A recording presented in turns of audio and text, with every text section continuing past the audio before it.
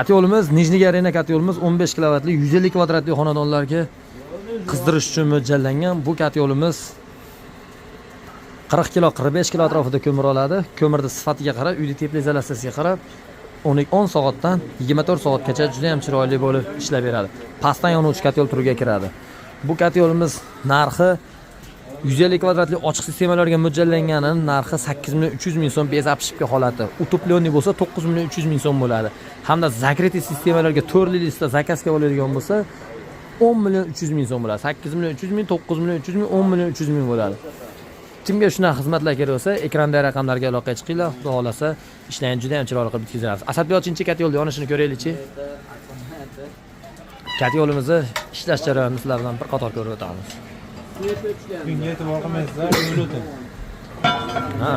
Katyolimiz ozgina o'tin solganmiz. Katyolimiz o'z quvvatini ko'rsatyapti.